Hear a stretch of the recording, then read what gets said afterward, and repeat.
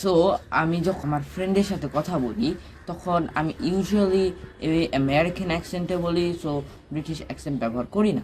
তো যখন আমরা একটু ফান অথবা জোক বলতেছি তখন আমি একটা জিনিস ব্যবহার করি যেটা ওদের সবাইকে লাফায় ফেলে। তো ওই জিনিসটা হলো যখন যখন ওরা কথা বলতেছে, ওরা জোক বানাইতেছে, আমি এক জায়গায় চুপচাপ বসে শুনতেছি, তখন আমি ব্রিটিশ অ্যাকসেন্ট ব্যবহার করা শুরু করে দিই। কারণ ব্রিটিশ অ্যাকসেন্ট আমাদের কাছে একটু বেশি ফানি মনে হয়, কারণ তারা অনেক কিছু মানে অন্যরকমভাবে বলে। যেমন আমরা বলি bottle of water, bottle of water, আর ওরা বলে আপু ওইলো বুয়া, আপু ওইলো বুয়া।